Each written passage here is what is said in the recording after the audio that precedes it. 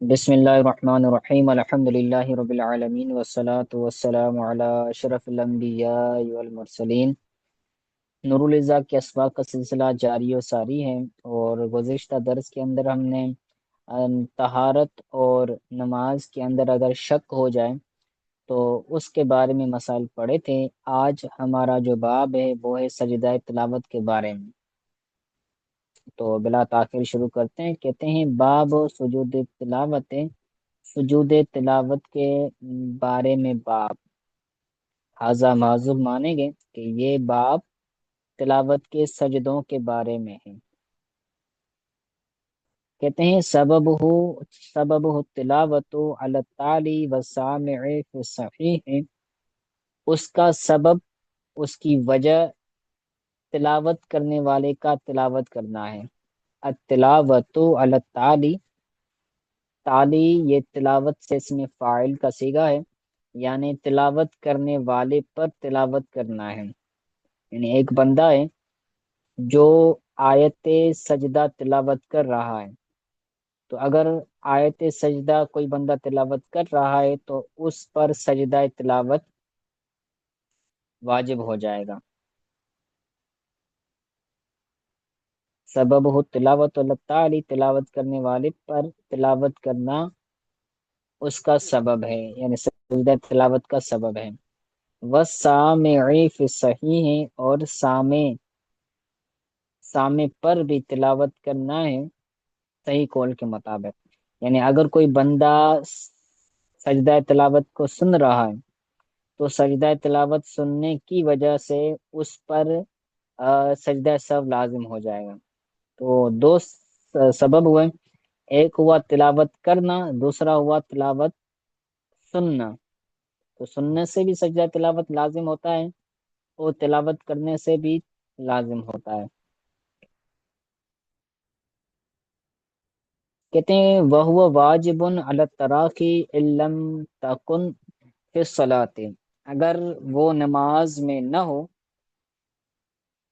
تو تراخی پر واجب ہے، یعنی بعد میں ادا کرنا یہ واجب ہوگا لیکن بعد میں ادا کرنا واجب ہوگا اگر وہ بندہ نماز میں ہے، اگر وہ بندہ نماز میں نہیں ہے۔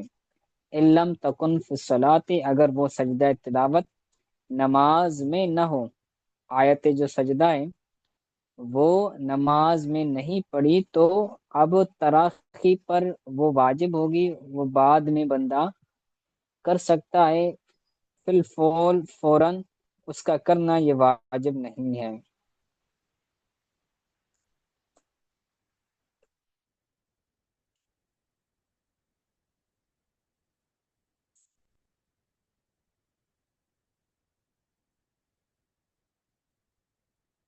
وہ واجب علی تراخی، وہ تراخی یعنی تاخیر پر واجب ہے، اور بشرطیہ کہ علم تکن فی الصلاۃ، اگر وہ نماز میں نہیں ہے، نماز کی حالت میں وہ نہیں تھا اور نماز کی حالت کے علاوہ وہ آیت سجدہ تلاوت کرتا ہے تو اب فوراً کرنا اس پر واجب نہیں ہے، بعد میں بھی کر سکتا ہے۔ ہاں اگر وہ بندہ نماز میں تھا اور حالت نماز کے اندر وہ سجدہ تلاوت کرتا ہے تو اب فی الفور فوراً سجدہ تلاوت کرنا یہ واجب ہو جائے گا۔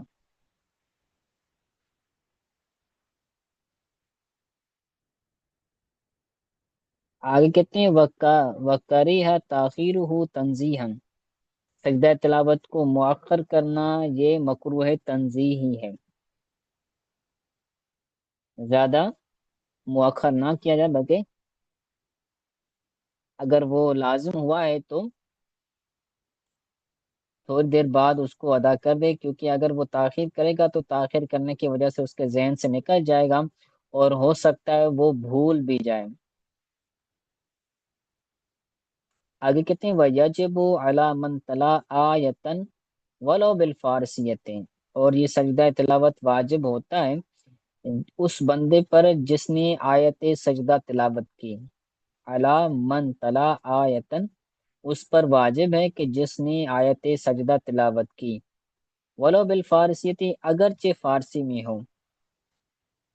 یعنی اگر آیت سجدہ تلاوت کی ہے اس نے، لیکن وہ معنی اس کی پڑھی ہے، عربی میں نہیں پڑھا، فارسی میں پڑھا ہے یا کسی اور زبان میں اس کا ترجمہ پڑھا ہے، تو بھی کیا ہوگا؟ سجدہ سہو واجب ہو جائے گا۔ وقراءت، اب کتنی آیت تلاوت کرے گا تو اس پر سجدہ سہو لازم ہوگا۔ اس کے بارے میں کہتے ہیں وقراءت حرف سجدت ما کلمت قبلہ او بعدہ من آیتها کالآیت فی الصحیح۔ آیت سجدہ کا حرف، یعنی جس کے اندر سجدہ کا مادہ ہو، اس حرف کو پڑھا ایسے کلمے کے ساتھ، یعنی ایسے لفظ کے ساتھ جو اس سے پہلے ہو یا اس سے بعد ہو، اسی آیت میں سے حرف سجدہ تلاوت کیا، اور اس کے ساتھ ساتھ اس سے پہلے یا اس سے بعد والا کوئی حرف کیا کیا؟ تلاوت کیا، تو اب وہ کل آیت فی صحیح ہے، وہ آیت کی طرح ہو جائے گا صحیح قول کے مطابق۔ یعنی اس نے صرف 2 کلمے پڑھے ہیں، اگر صرف 2 کلمے ادا کرے گا تو 2 کلمے پڑھنے کی وجہ سے وہ بندہ اس پر سجدہ سہو لازم ہو جائے گا۔ ایک کلمہ وہ کہ جس کے اندر سجدے کا ذکر ہے، اور ایک کلمہ وہ جو اس سے پہلے ہے یا پھر جو اس سے کے بعد ہے۔ تو اب یہ آیت کی طرح ہے، گویا کہ اس نے پوری آیت تلاوت کی ہے، اب اس پر پورا سجدہ سہو کرنا یہ لازم ہوگا۔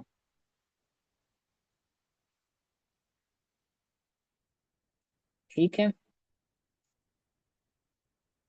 اب آیت سجدہ بیان کر رہے ہیں کہ کون کون سی آیات ہیں کہ جن کے اندر سجدے کا بیان ہے۔ تو ٹوٹل قرآن پاک کے اندر 14 سجدے ہیں، 14 مقامات ایسے ہیں کہ جہاں پر سجدہ کرنے کا حکم موجود ہے، جنہیں آیت سجدہ کہا جاتا ہے۔ کہتے ہیں آیاتھا اربعۃ عشرۃ آیتن،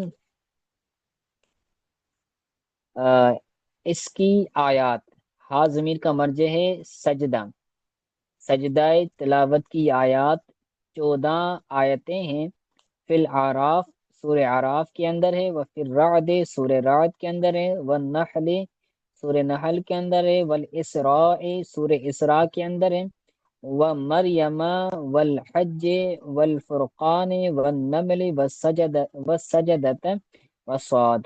سورہ مریم میں ہے، سورہ حج میں ہے، سورہ فرقان میں، سورہ نمل میں، سورہ سجدہ میں، سورہ صاد میں، اور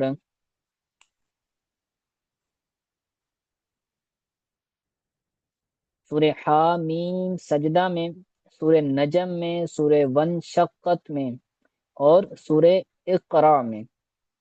جو سورت اقرا سے یا ونشقت سے شروع ہو رہی ہیں، تو ان سورتوں کے اندر بھی کیا ہے؟ سجدہ تلاوت کا بیان موجود ہے۔ کہتے ہیں وہ یجب، تو یہ ٹوٹل 14 مقامات ہیں کہ جہاں پر آیت آیات سجدہ موجود ہیں، اور نیچے حاشیے کے اندر ہر آیت کو بیان بھی کیا ہے۔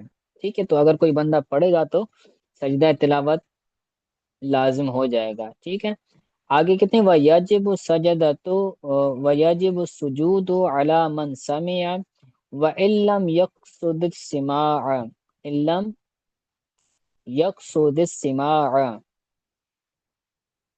سجدہ سجدہ تلاوت واجب ہوگا اس بندے پر جس نے سنا، اگرچہ سننے کا قصد نہ ہو۔ جو بھی بندہ سن رہا ہے تو سننے والے پر سجدہ تلاوت واجب ہو جائے گا، اگرچہ سننے کی نیت نہ ہو پھر بھی کیا ہو جائے گا؟ واجب ہو جائے گا۔ مگر کچھ لوگ ایسے ہیں کہ جن پر سجدہ تلاوت سننے سے سجدہ تلاوت لازم نہیں ہوگا۔ وہ کون کون سے؟ کہتے ہیں الا الحائض، سوائے حائضہ عورت کے، والنفساء، اور نفاس والی عورت کے، وہ اگر سنتی ہیں تو اس پر سجدہ تلاوت واجب نہیں ہوگا، کیونکہ وہ اس حالت میں ہی نہیں ہے کہ اس پر یہ چیز لازم ہو۔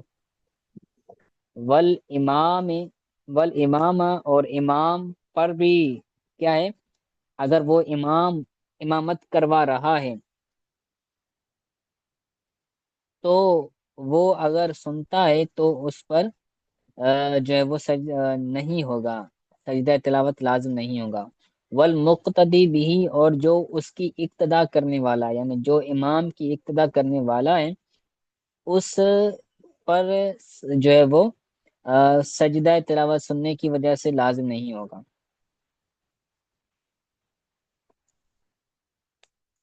صحیح ہے۔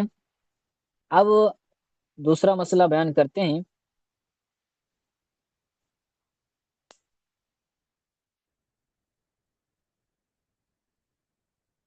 کہتے ہیں وَلَوْ سَمِعُوهَا مِنْ غَيْرِهِ سَجِدُوا بَعْدَ صَلَاةٍ، اگر انہوں نے سنا امام کے علاوہ، من غیر ہی، غیر ہی کے اندر جو ضمیر ہے اس سے مراد ہے امام۔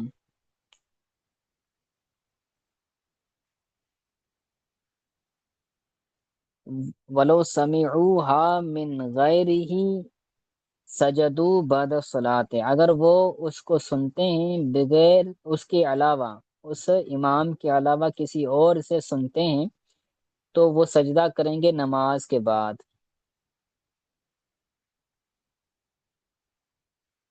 وَلَوْ سَجَدُوا فِيهَا لَمْ تَجُزْ، اگر وہ اس نماز میں سجدہ کرتے تھے، امام بھی نماز میں تھا، مقتدی بھی نماز میں تھے، تو اگر وہ امام اور مقتدی آیت سجدہ کو کسی اور سے سنتے ہیں، یعنی کوئی اور تلاوت کر رہا تھا یا کوئی اور امام پڑھ رہا تھا اور انہوں نے سن لیا یا مقتدیوں نے سن لیا، تو اب ان پر سجدہ تلاوت لازم ہوگا، لیکن وہ نماز کے بعد کریں گے، نماز کے اندر نہیں کریں گے۔ ولو سجدوا فیہا، اگر وہ نماز کے اندر کرتے ہیں سجدہ تو لم تجز، تو یہ جائز نہیں ہے، البتہ نماز فاسد نہیں ہوگی۔ ولم تفسد صلاتهم، نماز فاسد نہیں ہوگی، فی ظاہر روایہ، ظاہر الروایہ کے مطابق۔ وتجب بسماع الفارسیت ان فہمها، اور فارسی میں سننے سے بھی سجدہ سو واجب ہوگا اگر وہ اس کو سنتا ہے، اگر وہ اس کو سمجھتا ہے۔ ان فہمها علی المعتمد، معتمد قول کے مطابق اگر فارسی کے اندر آیت سجدہ کو سنتا ہے اور سمجھتا ہے تو کیا ہوگا، سجدہ سو لازم ہوگا۔ وقت تلف تصحیح فی وجوبها بالسماع من الناعم، اور تصحیح کے بارے میں اختلاف ہے کہ درست ہے یا نہیں۔ واختلفت تصحیح فی وجوبها بالسماع من النائم، سونے والے سے سننے کی وجہ سے واجب ہونے کے بارے میں اختلاف ہے کہ اگر کوئی بندہ سویا ہوا ہے اور وہ سونے کی حالت میں تلاوت کرتا ہے، تو اگر کوئی بندہ سونے والے کی تلاوت کو سنتا ہے تو واجب ہوگا یا نہیں واجب ہوگا، اس بارے میں کیا ہے، اختلاف ہے۔ اسی طرح مجنون ہے، جو پاگل ہے، وہ تلاوت کرتا ہے، آیت تلاوت، آیت سجدہ تلاوت کرتا ہے، تو اس سے بھی واجب ہوگا یا نہیں، اس بارے میں کیا ہے، اختلاف ہے۔ ولا تجب بسماعها من الطیر والصداع، اور پرندے سے سننے اور پہاڑ سے ٹکرا کر جو آواز آتی ہے اس سے سننے سے واجب نہیں ہوگا۔